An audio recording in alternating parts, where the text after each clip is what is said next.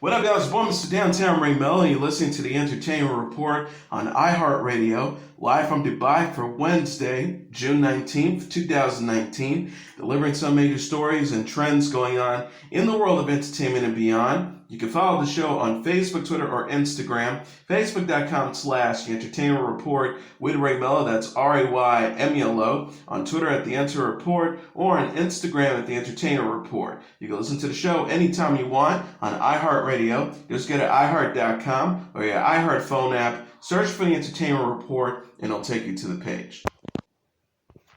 Comedian Ken Jeong and The Good Place star Darcy Carden have been selected by the Television Academy to announce the nominations for the 71st Annual Primetime Emmy Awards on July 16th. Jeong and Darcy will be announcing the nominees at 8:30 Pacific Time from the Wolf Theater located at the Television Academy Sabin Media Center in Hollywood. The nomination ceremony will be live streamed on Emmys.com and broadcast live on multiple television channels. Television Academy Chairman and CEO Frank Sherma will also join Jeong and Darcy. The Emmy Awards, which recognizes excellence in television, will be broadcast live on Fox from the Microsoft Theater in Los Angeles on September 22nd. Sherma said in a statement, "Television is the world's premier entertainment choice, and the global reach of U.S. television programming is immediate and impactful thanks to the networks, channels, platforms, and delivery systems that continue to grow." He continued by saying, "We're thrilled to have these two comedic talents join us to announce this year's Emmy nominees, programs, and individuals whose excellent work is reshaping the television landscape." The Daytime Emmy Awards took place in May, with The Young and the Restless winning the top prize for Outstanding Drama. FX has renewed Ryan Murphy's drama series Pose for a third season. Pose, which features a large number of transgender and LGBTQ stars, follows New York's underground ball culture in the 1980s. Billy Porter, Angelica Ross, Dominique Jackson, Charlene Woodard, MJ Rodriguez, India Moore, Haley Shahar, Sandra Bernhardt, Ryan Jamal Swain, Angel Burstmark Curel, and Dylan Burnside make up the ensemble cast, among others. Murphy, best known for American Horror Story, co-created Pose alongside Brad Falchuk and Steve Canals. The renewal comes just as the show's recent season 2 premiere was named the most watched episode of the series. FX Networks and FX's production chairman John Landgraf said in a statement, "Pose has elevated our culture and TV landscape like few shows have before it, and we are honored to partner with co-creators Ryan Murphy, Brad Falchuk, and Steve Canals on the third season." He continued, "Our thanks to the entire creative team, including Nina Jacobson, Brad Simpson, Alexis Martin Woodall, Sherry Marsh, Janet Mock, Our Lady J, Erica Kay, and the amazing cast and crew, and everyone at Fox 21st Television Studios and FX Productions for this incredibly entertaining, enlightening, and groundbreaking series."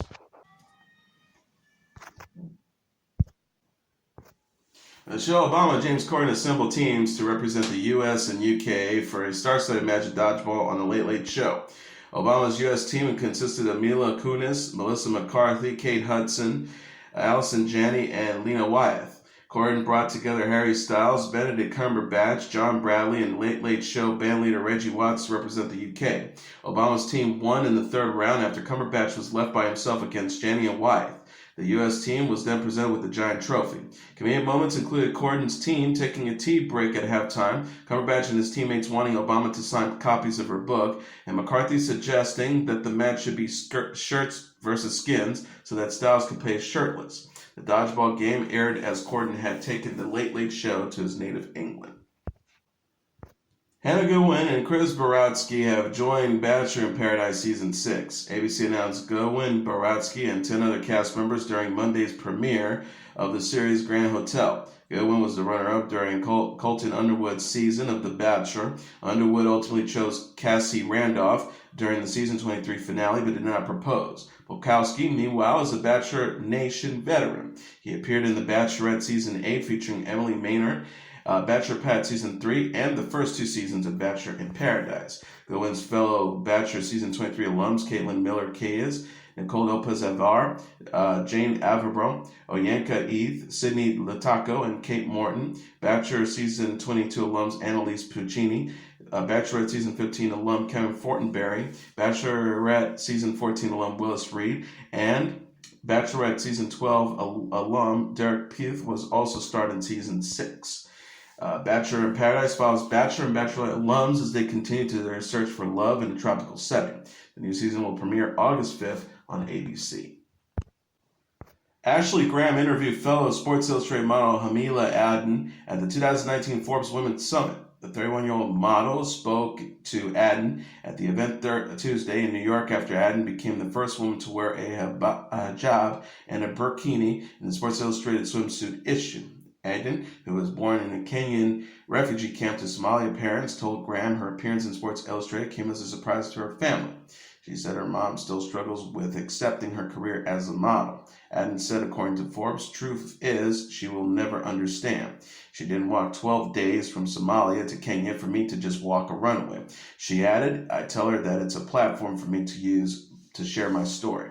Aden says she takes pride in setting an example for young girls by showing it's possible to dress modestly and still have a career in the fashion industry. She says being first means nothing if there isn't a second, a third, or a fourth. In 2016, Graham became the first plus-size model to appear in the Sports Illustrated swimsuit issue. Graham is an active advocate for body positivity and said in the July issue of Allure she found power in her own voice.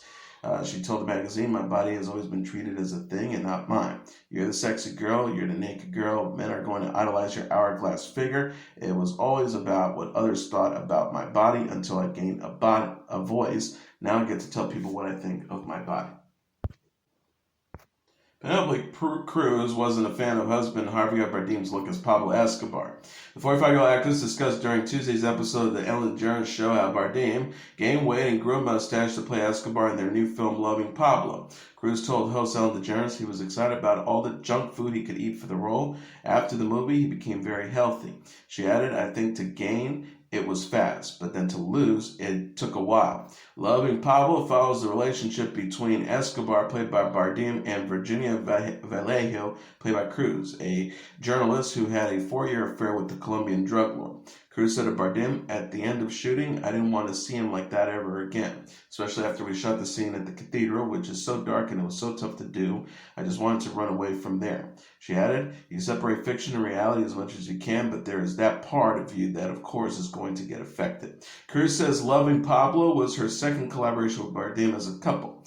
The pair previously co-starred in a number of films, including Jamon Jamon and Vicky Cristina Barcelona. Cruz has discussed her working relationship with Bardem while attending the Cannes International Film Festival in May 2018. She says the fact that Javier and I lean on each other and trust each other so much really helps, but this is not something that we plan on doing every 2 years, just once in a while, if it feels right. Cruz and Bardem married in July 2010 and are parents to 8-year-old son Leo and 5-year-old daughter Luna. Loving Pablo opens in theaters October 5th. Cara Delevingne has nothing but praise for girlfriend Ashley Benson ahead of their 1-year anniversary as a couple. The 26-year-old British actress and model gave a sweet shout out to, quote, a very special woman while accepting the Hero Award at the Trevor Live Gala Monday in New York. Delevingne said, according to Yahoo, I also have another very special woman in this room to thank, and you know who you are. She added, she's one of the people who helped me love myself when I needed most, and I really needed it. She showed me what real love is and how to accept it, which is a lot harder than I thought. Benson, who was in the audience, shared videos of Delevingne's speech Monday on Instagram stories. She captioned one post saying, love you at Cara Delevingne, proud of you. Delevingne and Benson went public into their relationship with a video of them kissing Friday on Instagram. Delevingne explained the decision in an interview with E! News at the gala. She says, I don't know because it is pride. It's been 50 years since the Stonewall riots happened, and I don't know. It's been just about our 1-year anniversary, so why not? The Hero Award recognized Delevingne's charity community with the LGBT community. Delevingne celebrated by donating $50,000 to the Trevor Project, a nonprofit focused on suicide prevention amongst LGBT youth, on Monday. Delevingne is known for the films Suicide Squad and Valerian and the City of a Thousand Planets.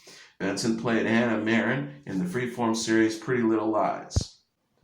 Singer-songwriter Hozier has added more concert dates to the fall leg of his Wasteland Baby tour. Hozier's new shows will begin November 3rd at the Chicago Theater in Chicago, before wrapping up on November 21st to 26th with a 5-show stint at the Hammerstein Ballroom in New York. Hozier will also be performing in cities such as Columbus, Akron, Ohio, Verona, New York, Rochester, New York, Boston, and Washington, D.C. Tickets for the new dates go on sale for the general public on Friday at 10 a.m. local time. Hozier released Wasteland Baby, his second studio album, in March when it reached number 1 on the U.S. album charts. Garth Brooks has joined forces with Blake Shelton for a new single, Dive Bar. The track, released to radio studios on Tuesday, will be featured on Brooks' upcoming album titled Fun. Brooks uploaded to Instagram a snippet of the song, Gonna Spend the Weekend in the Deep End. The water's fine, y'all should just come on in to the deep end of a dive bar, the duo sings. The duo plans to film a music video for Dive Bar during Brooks' concert in Boise, Idaho, which features Shelton as the opening act. Brooks sat down with Billboard to discuss Dive Bar and why he decided to collaborate with Shelton in an interview published on Monday. Brooks says, I was watching the ACMs this year, and there was one performance that really hit me hard. Blake Shelton's God's Country. I thought, I'm feeling something here that's drawing me right into television. So I just reached out for him. He continued, I want to go on and say on record, I didn't think it would sound like this. I didn't know what I was expecting, but I've never heard him sing like that before. The middle singer Maren Morris says her photo shoot for Playboy was a, quote, really fun challenge. The 29-year-old country star discussed her controversial topless shoot and her willingness to change sexual norms in the music industry in her interview with Playboy published Tuesday. She said, I'm speaking with such a loud, noisy concept of what it means to be a woman in the music industry right now. This feels like I'm amplifying a message I've been passionate about since the beginning that has intensified in the past year. I feel like I've already changed a lot of the sexual norms. She added her shoot. It's funny because it's not that risque in the grand scheme of things. Doing Playboy has been a real fun challenge. I'm trying to do more things that scare me. Every year I'm trying to peel back my layers emotionally and I guess physically. Morris addressed her experience with slut shaming and body shaming, saying that the political climate plays a role on the online hate. She says she doesn't regret the time she called out people for their hateful comments. The star explained, it's a transitional time. Everyone's super anxious. A lot of it is in the political climate, the culture of social media. Anytime someone is courageous or doesn't try to blend in, it fucks people off. It's been like this forever, but we are much more connected now than we used to be. She added, every time I've spoken up or clapped back at some troll, it has been very much me. I wouldn't go back on any of it because they deserve it. Body shamers, they're asking for it. I would never regret calling them out. Morris received backlash after sharing photos from her Playboy shoot this month. She subsequently defended herself in Instagram stories. The singer wrote, the thing about me is I make music for myself. I have learned later that it touches others, which is the most wonderful byproduct of a songwriter's calling. Some can slut shame me for my lyrics about sex, and you can put me in your little box, but I just want to live and love. Morris released her second major label studio album, Girl, in March. The album includes the singles Girls and The Bones. And that is your entertainment report for Wednesday, June 19th, 2019. I'm your host, Mr. Downtown Ray Melo. I'll be back tomorrow to deliver some major stories and trends going on in the world of entertainment and beyond. You can follow the show on Facebook, Twitter, or Instagram. Facebook.com/The Entertainment Report with Ray Melo. That's RAY. Melo, on Twitter at The Enter Report, or on Instagram at The Entertainment Report. You can listen to this episode or any previous episodes of The Entertainment Report anytime you want on iHeartRadio. Just go to iHeart.com or your iHeart phone app, search for The Entertainment Report, and it'll take you to the page. Good night, and God bless you all.